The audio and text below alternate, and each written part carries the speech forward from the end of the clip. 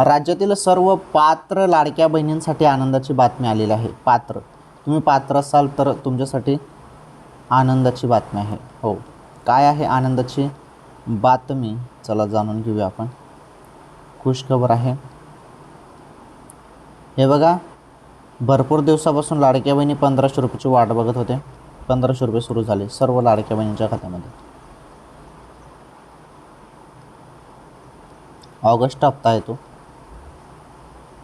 August हप्त्याचे 1500 रुपये. Okay, हे बघा,